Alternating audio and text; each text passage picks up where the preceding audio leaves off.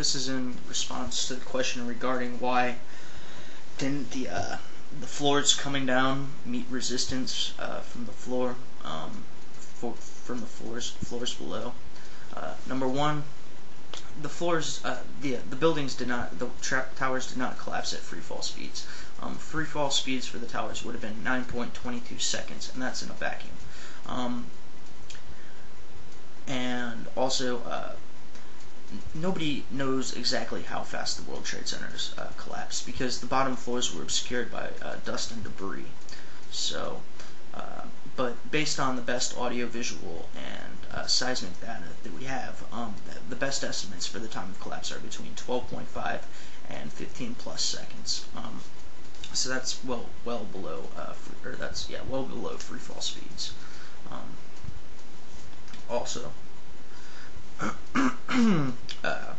onto the second point, the NIST does not support the Pancake collapse. The towers didn't fall because one floor fell and caused the collapse of the floor below it. That's not what happened. This is from the NIST.gov report, and it explains in detail the reason for the initiation of the collapse. Okay. To start off, based on the comprehensive investigation, NIST concluded that the World Trade Center towers collapsed because, number one, the impact of the planes severed and damaged support columns, dislodged fireproofing insulation coating the steel floor trusses and steel columns, and widely dispersed jet fuel over multiple floors.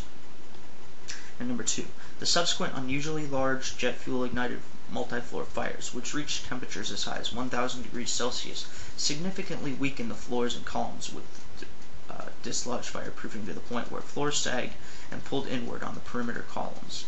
This led to the inward bowing of the perimeter columns and failure of the south face of the World Trade Center 1 and the east face of World Trade Center 2, initiating the collapse of each of the towers. Both photographic and video evidence, as well as accounts from New York Police Department Aviation Unit during a half-hour period prior to collapse, support this sequence for each towers. NIST's findings do not support the Pancake theory of collapse, which premised on a progressive failure of the floor systems in the World Trade Center towers. The composite floor system that connected the core columns and the perimeter columns consisted of a grid of steel trusses integrated with a concrete slab. Instead, the NIST investigation showed conclusively that the failure of the inwardly bowed perimeter columns initiated collapse, and that the occurrence of this inward bowing required the sagging floors to remain connected to columns and pull the columns inward. Thus, the floors did not fail progressively to cause a pancaking phenomenon. Okay, so in other words, the buildings didn't. There was no pancake collapse. Once the bowing got to the point where the floors can no longer sustain themselves, it caused the failure between the outer and the inner columns where the way the floors were connected. There's a diagram here. I don't know how to splice that in, but if you go to the NIST.gov question and answers section, you can just Google it. Just type in NIST questions and answers. NIST World Trade Center questions and answers, and they have the diagram. It's under question number 2. So that's where you could find that out. So when the bowing got to the point where all the floors could no longer sustain themselves, they all collapsed simultaneously, and that's what initiated the collapse. Further reading, the NIST's findings also do not support the controlled demolition theory, since there is conclusive evidence that, number one, the collapse was initiated the impact and fire floors of the World Trade Center towers and nowhere else.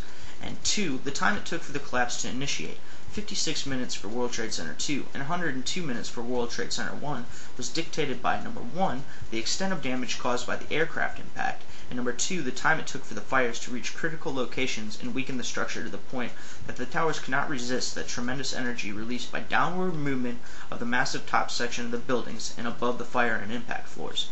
Video evidence also showed unambiguously that the collapse progressed from the top to the bottom, and there was no evidence collected by NIST or the New York NYC Police Department, the Port Authority Police Department, or the Fire Department of New York of any blast or explosions in the region below the impact and fire floors as the top building sections, including and above the 98th floor in World Trade Center 1 and the 82nd floor in World Trade Center 2, began their downward movement upon collapse initiation. In summary, NIST found no corroborating evidence for alternative hypotheses, suggesting that the World Trade Center towers were brought down by controlled demolitions using explosives planted prior to September 11, 2001.